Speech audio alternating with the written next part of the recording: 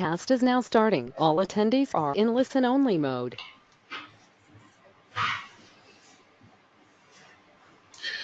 Good afternoon and welcome to this webinar on safeguarding for adults at risk, delivered by the ISM Trust.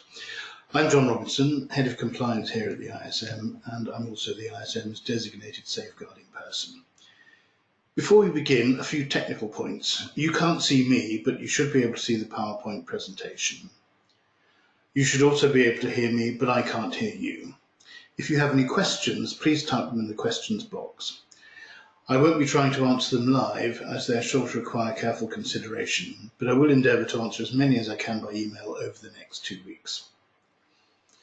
This webinar is being recorded and will be available to view on the ISM's website at ism.org/webinars.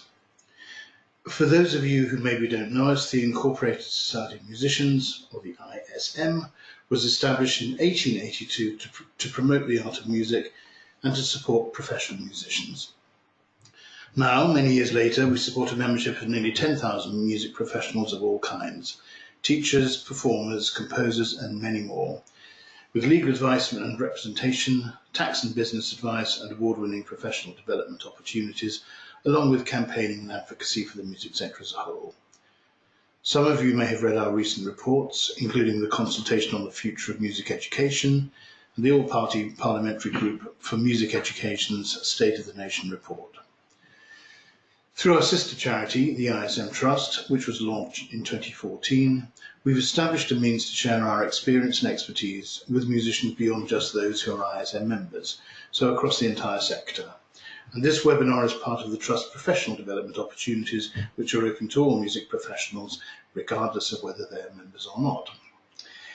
In this session, I'm going to be talking about safeguarding adults who may be considered to be at risk according to the statutory definitions. This session will take about half an hour, and I hope you find the information useful. So today we're going to look at 4 broad areas as noted on this slide. Firstly, a general overview of safeguarding in relation to adults at risk, some definitions of words which are used in discussion of these subjects. And then we're going to look at some practical measures and what to look out for to make sure people who may be at risk can start getting the support they need.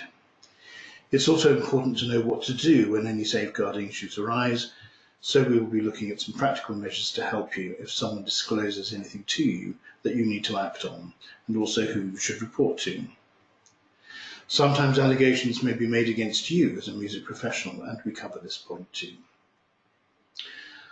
ISM members should also observe certain policies and procedures, including for adult safeguarding. These are available on our website under the governance policy pages and also in the ISM members handbook. I will explain later how these work. Finally, we'll be looking at a few signposts on where to get further advice. Before we get into the presentation in detail, I'd just like you to take note of these points and be mindful of them as we proceed, as they provide the overall framework for this session. And the first of these is that safeguarding for adults at risk is everyone's responsibility. It's governed by legislation, in particular the Care Act 2014, and this places many legal responsibilities and duties for adult safeguarding on local authority adult care services. But it recognises that all of us have a part to play in making the statutory framework operate effectively and in the interests of the individuals concerned. The Act is also supported by statutory guidance, in this case the Care and Support Statutory Guidance 2017, which was last updated in October 2018. Chapter 14 of this guidance addresses safeguarding for adults. At its simplest, the legislation recognises that living a life free from harm and abuse is a deeply held value and a fundamental right, and that certain key principles which underpin adult safeguarding should be reflected in everything we do when supporting people in need. The guidance also recognises that one size does not fit all, and that individuals must be guided by and supported by an approach which is called making safeguarding personal. Again, there is guidance about what this means in practice for people working with adults at risk. I think it would be helpful to know at this stage what the definition is of an adult at risk. And an adult at risk is somebody who has needs for care and support, whether or not the local authority is currently meeting any of those needs. Someone who is experiencing or at risk of abuse or neglect, and somebody who, as a result of those care and support needs, is unable to protect themselves from either the risk of or the experience of abuse or neglect. Our own responsibilities will depend on our roles, our relationships with adults with care and support needs. Whether we are family members, friends, volunteers, co-workers or managers, we all need to be mindful of the people around us and what needs they may have. But also we must know how to act and what to do should safeguarding issues arrive. This is a crucial point. When things go wrong, trained people and professionals need to be involved as soon as possible. So in practical terms, what do you need to do? If you're working in an organisational context, you need to find out who to go to in the event of any safeguarding matters occurring. A good organisation will tell you who this person is, how to contact them, and they will signpost you to any necessary procedures to follow. Make sure you familiarise yourself with these. If you're working outside of an organisational context, you should make yourself aware of what you can do if you have concerns. Your local adult social care office is the best place to start. If you're an ISM member working outside of an organisational context, we have procedures in place to tell you who to contact at the ISM. If you're a member of another similar body, you may have other guidance available to you from them. ISM members need to familiarise themselves with our various policies and procedures, and we'll go through these in more detail later in the presentation. Meanwhile, let's look at some of the definitions and the terminology that we use when talking about safeguarding adults. Safeguarding means protecting an adult's right to live in safety, free from abuse and neglect. Safeguarding is an umbrella term used to express the ideas of promoting well-being and also protecting from harm, and as such implies that a continuum of responses is required for effective safeguarding practice. The current care and support guidance says this: it's about people and organisations working together to prevent and stop both the risks and the experience of abuse or neglect, while at the same time making sure that the adult's well-being is promoted, including, where appropriate, having regard to their views and wishes, their feelings and beliefs in deciding on any action pertaining to them. This must recognise that adults sometimes have complex interpersonal relationships and may be ambivalent, unclear, or unrealistic about their personal circumstances. So the aims of adult safeguarding are to prevent harm and reduce the risk of abuse or neglect to adults with care and support needs, to stop abuse or neglect wherever possible, to safeguard adults in a way that supports them in making choices and having control about how they want to live, to promote an approach that concentrates on improving the life of the adults concerned, and really importantly, to raise public awareness so that communities as a whole, alongside professionals, play their part in preventing, identifying and responding to abuse and neglect. The aim is also to provide information and support in accessible ways to help people understand the different types of abuse, how to stay safe, and what to do to raise a concern about the safety or well-being of an adult, and to address what has caused the abuse or the neglect. In order to achieve these aims, it's necessary to ensure that everyone, both individuals and organisations, are clear about their roles and responsibilities, necessary to create strong multi-agency partnerships that provide timely and effective prevention of and responses to abuse and neglect, to support the development of a positive learning environment across these partnerships and at all levels within them to help break down cultures that are risk-averse and seek to scapegoat or blame practitioners. It's also necessary to enable access to mainstream community resources such as accessible leisure facilities, safe town centres and community groups that can reduce the social and physical isolation, which in itself may increase the risk of abuse or neglect. All this is complemented by the 6 principles of safeguarding adults. What do these mean? Empowerment. It means people being supported and encouraged to make their own decisions and informed consent. To put it in the perspective of the individual concerned, I am asked what I want as the outcomes from the safeguarding process, and these directly inform what happens. Prevention. it is better to take action before harm occurs. And again, the individual perspective here, I receive clear and simple information about what abuse is, how to recognise the signs, and what I can do to seek help. Proportionality, this means the least intrusive response appropriate to the risk is presented. Again, from the point of view of the individual, we could characterise it as, I am sure that the professionals will work in my interest as I see them, and they will only get involved as much as is needed. Protection means support and representation for those in greatest need. So I get help and support to report abuse and neglect. I get help so that I'm able to take part in the safeguarding process to the extent to which I want. Partnership, this means local solutions through services working with their communities. Communities have a part to play in preventing, detecting and reporting neglect and abuse. From the individual perspective, I know that staff treat any personal and sensitive information in confidence, only sharing what is helpful and necessary. I am confident that professionals will work together and with me to get the best result for me. Accountability, this principle means that it's about transparency in delivering safeguarding. From the individual's perspective, I understand the role of everyone involved in my life, and so do they. Making safeguarding personal is an important part of safeguarding adults. The Care Act and statutory guidance puts an emphasis on getting the balance right between promoting safety and respecting the views and wishes of the individual concerned.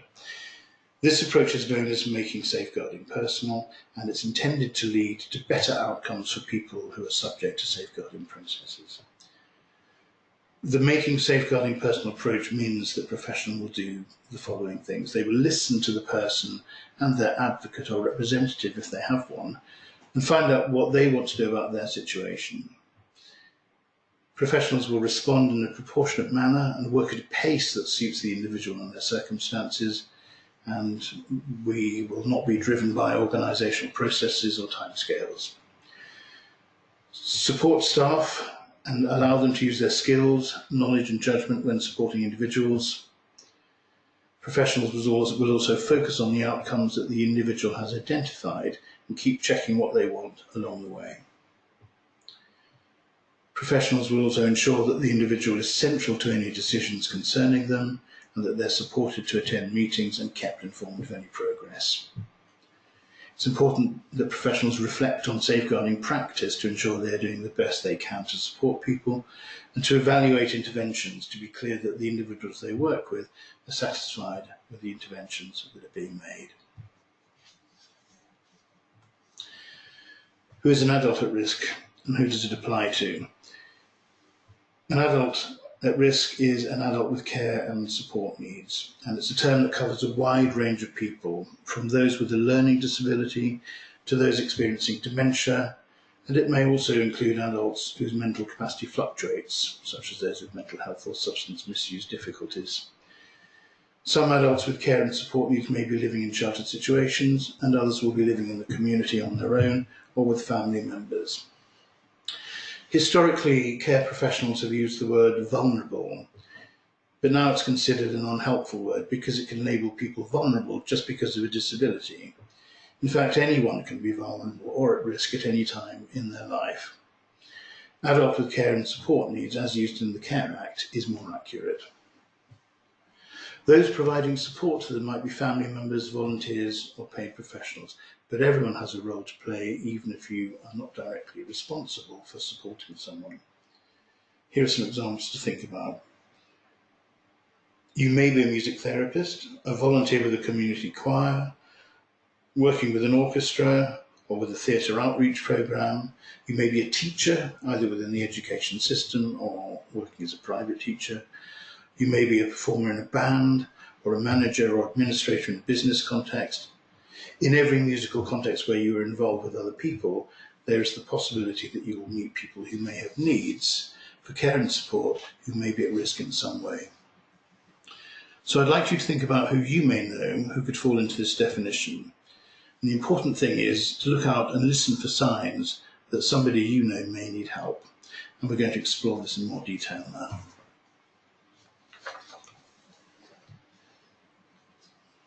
There are things we can all look out for in the context of safeguarding adults. Knowing what to look for is vital to the early identification of any issues. Many may intersect, and in this slide and in the one immediately following, we look at some factors that might increase the risk of an individual coming to harm. First of all, let's look at some characteristics that might make somebody more at risk of coming to harm. These include mental capacity. It's relevant to the safeguarding process because we need to be sure that people understand the decisions they're making with regard to risks. Assessment is needed of whether an individual can understand the implications of their situation and the risk to themselves and make decisions about their safety and any interventions involving them, whether those decisions and interventions are life-changing or just concern everyday matters. Can you see evidence of these sorts of characteristics in the people you're involved with? If you're concerned about an individual, tell someone straight away. Situations can also arise to put somebody more at risk of harm, and here are some examples to think about. It's helpful to think about these factors as being on a continuum, with some of them being present for many of us, but not necessarily to the degree that makes us an adult with care and support needs, as defined in the statutory guidance. You can see that it's multifaceted and that some or all may or may not be present. Against this sort of background, let's look at some types of abuse which we may need to be able to recognise. The Care and Support Statutory Guidance identifies 10 different types of abuse or neglect, and they're listed on this slide. While the categories are presented as if they are separate, in practice there's often considerable overlap. So, for example, it's unlikely that someone could physically or sexually abuse an adult with care needs without a degree of emotional abuse being involved in some way. So let's have a quick look at what these terms mean in a little more detail. Physical abuse. Examples can include hitting, pinching, shaking, scolding. Are there any signs of this on the individual's body? Is the behaviour of somebody you care about giving you cause for concern? Domestic abuse. This can be perpetrated on or by anyone aged 16 or over. It's not just limited to those who have intimate partners. Other family members can behave in ways which constitute domestic abuse. For example, somebody abusing an elderly parent. Psychological abuse includes emotional abuse, threats of harm or abandonment, deprivation of contact, humiliation, blaming, controlling, intimidation, coercion, harassment, verbal abuse, cyberbullying, isolation or unreasonable and unjustified withdrawal of services or support networks. Financial or material abuse is the use of a person's property or assets or income or funds or any resources without their informed consent or authority. Financial abuse is a crime, and it includes theft, fraud, internet scamming, coercion in relation to an adult's financial affairs or arrangements, including in connection with wills or property, inheritance and financial transactions, or the misuse and misappropriation of property and possessions or benefits. It also includes the misuse of an enduring power of attorney or a lasting power of attorney or appointeeship. The term modern slavery is used to capture a range of exploitative actions, including human trafficking, forced labour, domestic servitude, sexual exploitation, such as escort work, prostitution and pornography, as well as debt bondage. This last term refers to arrangements made which force a person to work in order to pay off debts that realistically they will never be able to do. Discriminatory abuse is abuse relating to any of the protected characteristics in the Equality Act 2010. Age, disability, gender reassignment, race, religion or belief. Sex, sexual orientation, marriage and civil partnership, and pregnancy and maternity. Organisational or institutional abuse is mistreatment, abuse or neglect relating to the culture within the service provided. It usually occurs where the needs of the management, staff or organisation are prioritised over the needs of those using the service. It can be difficult to identify the difference between a poor service and institutional abuse. Institutionalised practices can mean people have no choice about their care and treatment, the right to be treated with dignity and respect, These can be ignored and human rights may be infringed. Neglect or acts of omission is the failure to provide the amount and type of care that a reasonable person would be expected to provide by anyone who has responsibility for the person, the charge, the care or custody of an adult with care and support needs. Neglect can be intentional or unintentional. There is much debate about self-neglect and what it means. It's a very challenging area of practice for the professionals, as individuals may often decline help and support. The term self-neglect is used to describe a wide range of behaviours, including neglecting to care for one's personal hygiene, health or surroundings. It sometimes includes hoarding. However, many people who do hoard things do not neglect themselves in other ways.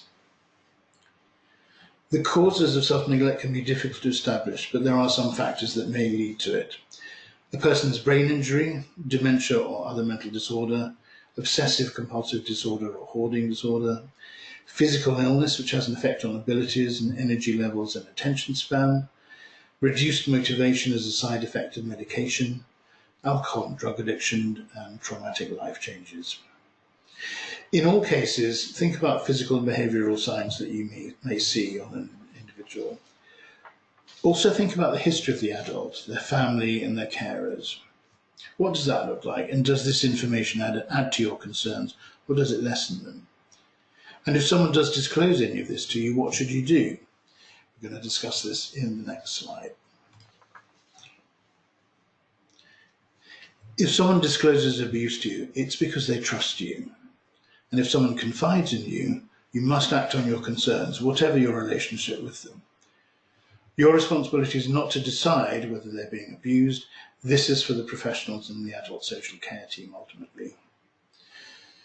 What follows is from the government guidance on how to handle disclosures and is a good example of making safeguarding personal, directly involving the individual concerned in the process. The action you should take will in part depend on your role and your local safeguarding procedures.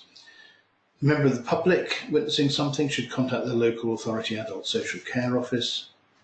If you witness abuse or someone reports and discloses it, there are some points to consider when responding. You should listen carefully to what the person tells you. Stay calm, get as clear a picture as you can, but avoid asking too many questions at this stage. Assure them that the matter will be taken seriously. Don't give promises of complete confidentiality. Ask the person concerned what they would like to happen. Explain that you have a duty to tell your manager or other designated person within an organisation, and that information may need to be shared with others who could have a part to play in protecting them. Reassure them that they will be involved in decisions about what will happen next. Explain that you will try to take steps to protect them from further abuse or neglect. If they have specific communication needs, provide support and information in a way that is most appropriate to them. Don't be judgmental or jump to conclusions. Report the concern in line with any safeguarding procedures if you are employed, and make a record of the concern and any action taken.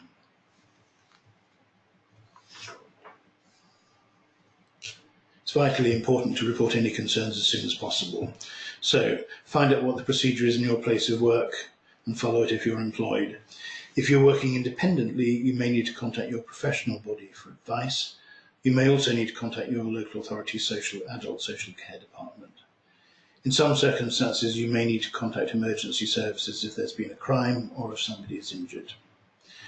The important thing is that time is of the essence, so act fast and get any concerns into the hands of the professionals as quickly as you can.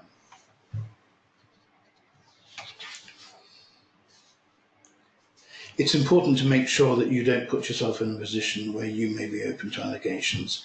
So think carefully about who you're working with and what's the appropriate way to behave with them. What should the relationship be?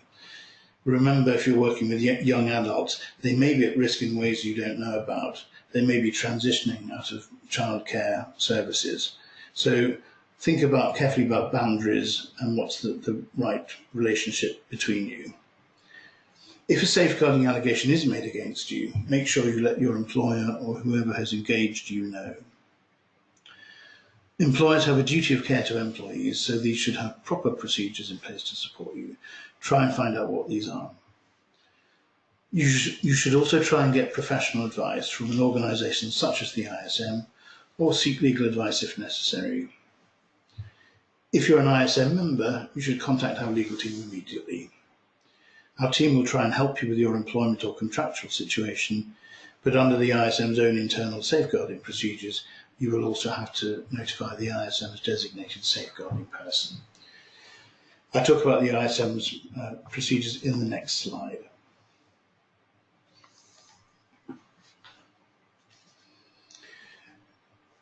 Many ISM members will have frequent contact with adults of all ages in the course of their professional activities.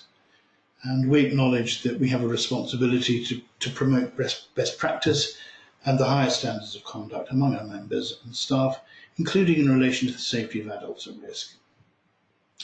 We also recognise that the good safeguarding policies and procedures for adults at risk are also of benefit to ISM members, as they can protect them from misunderstandings or erroneous allegations. We have developed these policies and procedures to help guide our members in best practice, and also to set up the expectations we have of them as professionals and members of a professional association. Our procedure summarises some of the material that we have covered this afternoon, particularly the definitions of abuse and what to look for, and also the important issues of reporting concerns. It's available on our website and is downloadable as a PDF. You don't have to be a member to download it, so please do get a copy if you need to. You'll see the link there for it.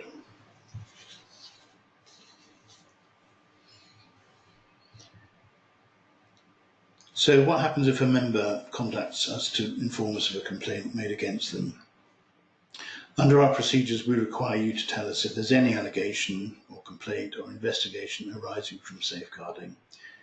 Once you've notified us, our legal team will try to help you and support you with any legal issues. At the same time, a member may need to notify the ISM's designated safeguarding person about this issue. Currently, I am the designated safeguarding person, or DSP.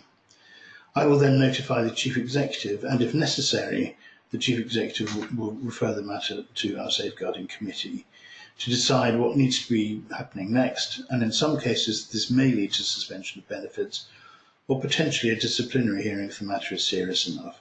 All of this information is kept strictly confidential. If someone contacts us with concerns about a member, we will follow a similar procedure while we try to establish what's happening. If the matter requires legal support, for example, because an employer contacts us about a member, our legal team will try to support the member during this part of the process as before. This completes our overview of safeguarding for adults at risk, and I hope the information has been helpful. As I mentioned before, the recording of this webinar will be available on our website, so you can always go back and hear it again should you wish. These are some links to further information referred to in this webinar for those who wish to explore further. You can also search easily under the headings in this slide, and you should locate the material easily enough. So this concludes our webinar on adult safeguarding. I hope you found this information useful. Do please send any questions to this email address, and I will try and respond in the next fortnight. In the meantime, many thanks indeed for listening.